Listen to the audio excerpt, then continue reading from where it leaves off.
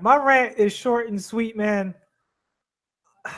I'm tired of these game developers thinking that the way to make their game more popular is to make their game easier. The skill gap is what makes us addicted to games.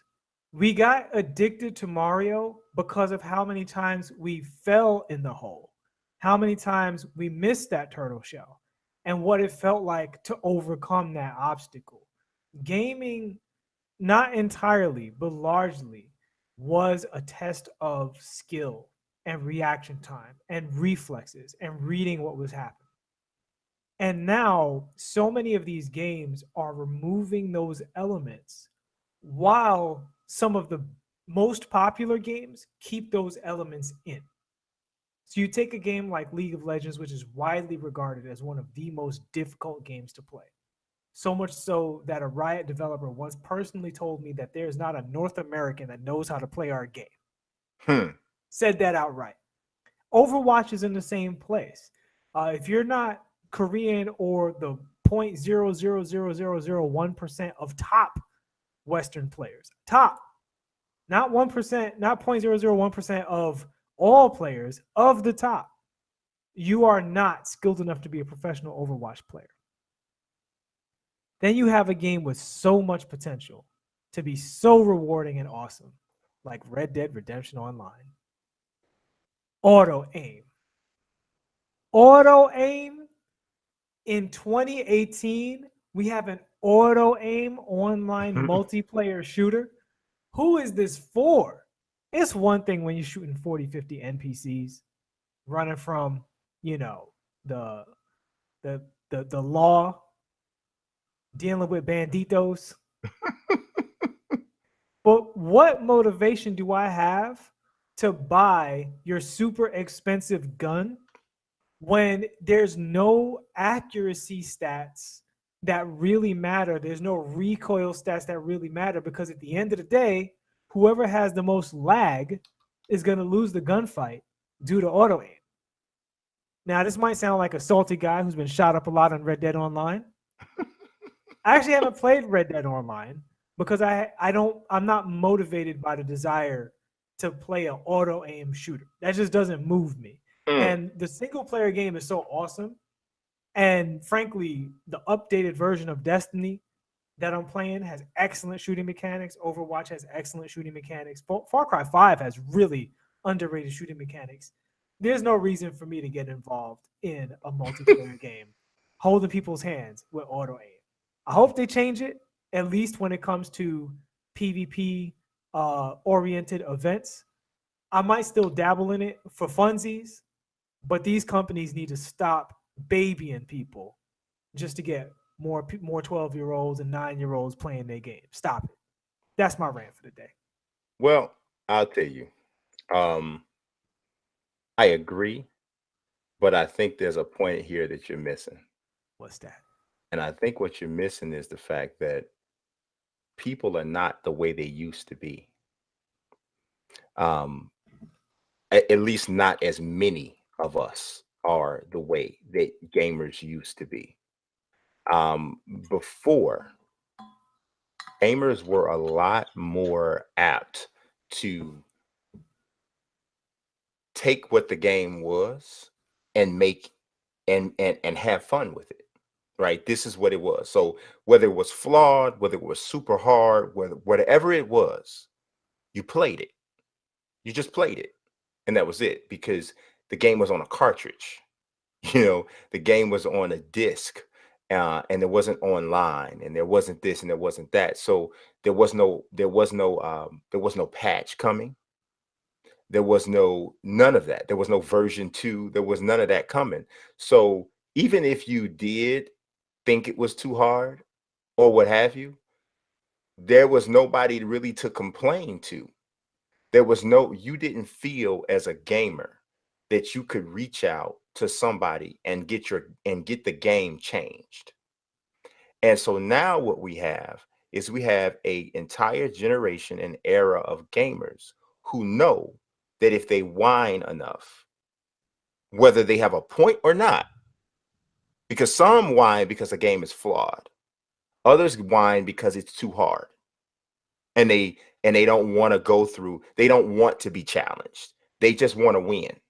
They just want to see the big explosions on the screen and the excel. They want to see the green lights come up when they shoot the jump shot. That's all they want to see. And so they don't want that challenge. They don't want to get addicted to that because they're more addicted to success and not addicted to the process. And I think that that is a fundamental change in a lot of gamers, right? So the companies, in reaction to that, and in many cases, an overreaction to that, are saying, oh, they complained, just change it, just change it, just change it. Or they're gonna complain, don't make it too hard, don't make it too hard, don't make it too hard. And I think that there is a very delicate balance that they now have to worry about or to maintain, that didn't have to be maintained back in the Mario days or the early Mario days, like you were making reference to. Because now, if a game comes out and a bunch of people are saying, man, that game too hard, it's blah, blah, blah, blah, blah, and enough people get on social media, within 2 weeks, less than that, the game is ruined. Now, before we move forward, I need some examples of that before I give you my rebuttal. Some examples of what? A game that came out that was a great game, but it was ruined because it was too hard. No, not saying necessarily the game was great. I'm saying when I say that, I'm saying negative feedback in general. But see, this is what I'm saying. People, when they get frustrated, they cry. Yes. But that has not, to my knowledge, resulted in people dropping a game because it was hard. People love the hard games. That's my entire point. I'm not saying I love the hard game. I'm saying people love the hard games. In single player games, if you look at a lot of the popular single player action games, God of War, Bayonetta, Dark Souls, the entire series, Bloodborne, these are games. No, God of War, maybe not. Well, actually, no, God of War. They even put it, even that game, even Batman and Spider-Man. People love those games because of how much they can push themselves in those games. And while some of those games are more difficult than others, the ones that are easy, you see a lot of content online about people playing New Game Plus and unlocking the harder difficulties. They love the difficult aspect of that game. Nobody's crying about any of those games being too hard. And when it comes to competitive games and Twitch games that people watch on Twitch, most of the top Twitch games are games that are extremely hard to play and extremely hard to get into.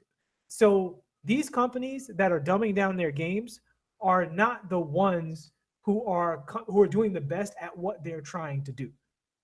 And I agree. I agree with that. So real quick, and just to say, with Red Dead Online, Red Dead Redemption 2 as a single player game requires a lot of you.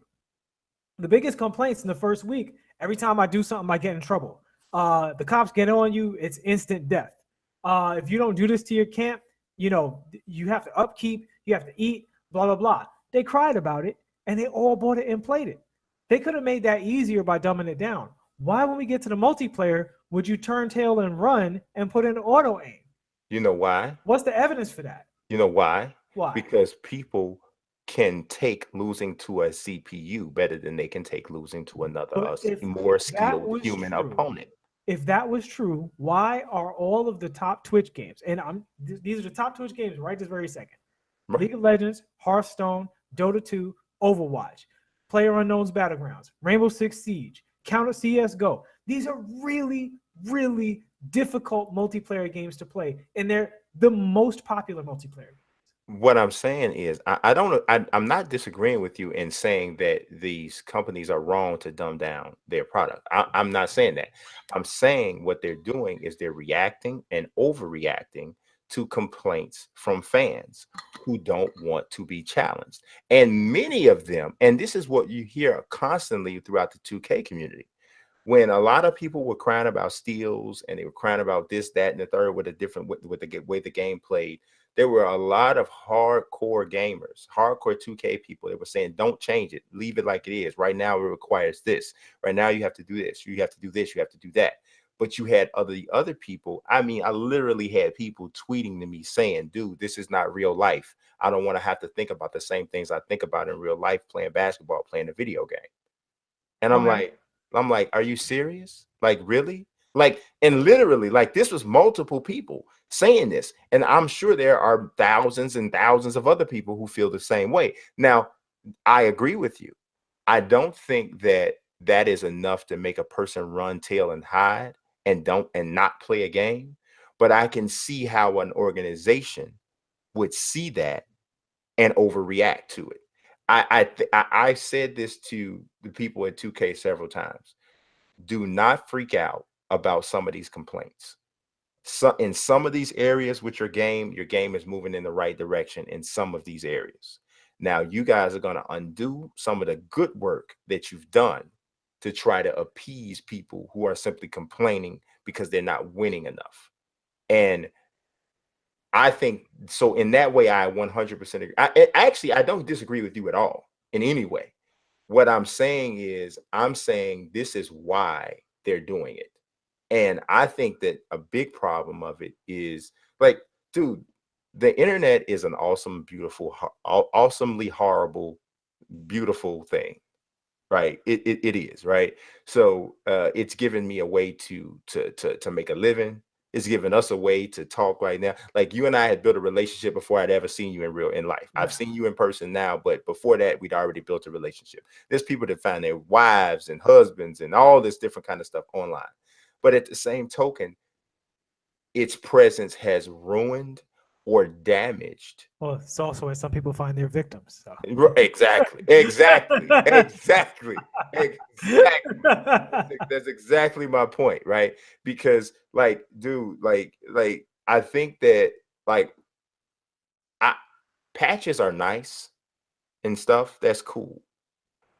But I sometimes, dude, to be honest with you, sometimes I miss the days of gaming when the game just came out and there were some imperfections, but we figured out our own workarounds. Oh, we see this in fighting games all the time. Yeah. The greatest fighting games that most people consider are games that were never patched. That Yes. the community just had to deal with it. Yes. And Yes. while you can go back to those games and go, man, all you have to do is change this one thing and you're in a good place. At the same time, some of the brilliance came from working around those limitations. Exactly. And you know what I look at it as? I look at it like in baseball, right? In real life baseball. In real life baseball, every ballpark is different. Mm-hmm. Every ballpark has different dimensions. Every ballpark has a lower or higher wall. Depending on where you are, you might have, stronger wind, or the ball doesn't carry because of the atmosphere, the density in the air, or whatever. But to win, you have to work around that stuff. And some of it like sucks. I mean, dude, in Houston at Enron, it used to be called Enron Field before that whole thing happened. But they had a heel. Right. They had a heel in center field, literally a Mm-hmm. heel. Like whoever does that, right? Like, and it was ridiculous, but they had one, and but you had to work around it. You know, you had to play around it, and I know a lot of those things are by design. But what I'm saying is, I think there is a problem when you start trying to always make a perfect game. And that's what patches are largely trying to do. You're trying to perfect something that can never really be perfected. So the perfection, if at all, or the real enjoyment to me comes in where you're like, okay, you know what? This is what this game is, right? And some of the individual challenges are going to start to come about. And like you're playing double dribble, right? Everybody knows if you go to the right side on double dribble, you get way more shots. There's way more sweet spots on double dribble. For all y'all that's too young to understand that, Google it up. Double dribble. It's a really old basketball game. So, Google Family Guy double dribble. Exactly. That'll tell you the story better than just seeing the game. To tell you the whole story, right? So, but the thing of it is like in that imperfection of design and development, what would happen is your true skill would come out if you could beat a guy going to the left. Yeah. You know what I'm saying? Going to the left. So it almost created its own home in a way type of a situation. You know, to bring this back to the beginning, I think this is part of the reason the 2K League is not as great as it could be. because they over-regulated that build Mm-hmm. and basically made every player a 80 rating. I say this, and nobody wants to hear me, man. I'm trying to tell you the awesomeness. And you and I had this conversation before, and you have a different take on it. You're and I agree, and I see how your thing can work as well. But I really feel like there should be more room for people to individualize their builds so that you can really truly see how spectacular somebody is in their build. And I think that your skill level should play a part in what your build is, the capabilities, the physical capabilities of your build. Your philosophy, if I remember correctly, is the skill gap has to come strictly from the stick command, the reaction, the instincts. That's it. In the game plan too. And the game plan. Yeah. So I don't have a problem with that. I guess perhaps I don't have confidence that they can develop a game that does that. Well, see, here's the thing though. And we're kind of segueing into a 2K thing, but this is part of it. Even though sim heads will make fun of these dribble gods and stuff like that, individually skill wise, all that post up stuff and all that dribble god stuff is some of the more exciting stuff in the game. Watching people stand on the corners of the 3-point line and at the hashes is not the most exciting part. And it was more fun to watch Dimes on his Pro-Am team with Hall of Fame ankle breaker and a 99 ball handle, whatever character he had, than it is to watch him in the 2K league. This is my point, Books. This is my point. No, we agree on the result. We just don't agree with the method as usual. Yeah. At me, bro. Get at me, bro. This is exactly what I'm saying, man. I mean, I want to be able to see a dude do something that everybody else on the floor can't do. You know, I want to be able to see that, you know, but like you said, this regulation of every character has made everybody an 80. Yeah. You know what I'm saying? And so now it's almost like you're playing tic-tac-toe. No, we watching Evan Turner and, you know, right. You know what I'm saying? Like, right. You know, Reggie Evans playing the center. Right. It's like it's to me, it's almost Dennis like Schroeder at point guard. No offense, he's a solid player, but come on, man. I mean, it's like tic-tac-toe. Yeah. It's like you're just trying to see who's gonna miss who's gonna forget to block somebody at one point. And I took my eye away for a minute. You know, chess has a queen for a reason. Yes, exactly. We 100% agree on that part. We're gonna leave the part we disagree on another show. We don't need to expose the people. We actually need to do that as a separate segment where I get a chance to tell how I think it should come about, and you talk about how you think it should come about. You want to do dueling rants next week? Yeah. I think that might be in order. Let's go. All right. Well, that's all we got for this particular episode of At Me Bro. I want to say thanks to Miss Mazique, aka Sunshine, aka Tamu Upendo, which is Swahili for my sweet love. Y'all can Google that up. She has actually been producing this show for us and keeping the segments, trying to keep the segments tight. We only disobeyed her like once or twice, but it was all good. So I appreciate her help and assistance. She's also my editor as well. So she's been doing a phenomenal job. I appreciate her. Excellent work. Yes, that's all we got. Books, I will see you next week. And, you know, you better have it ready because I'm coming. With it. Let's see it. Bring it, brother. Come at me, bro. Come at me, bro. All right, y'all. God bless and peace. I'll be weak. I'm rather unique.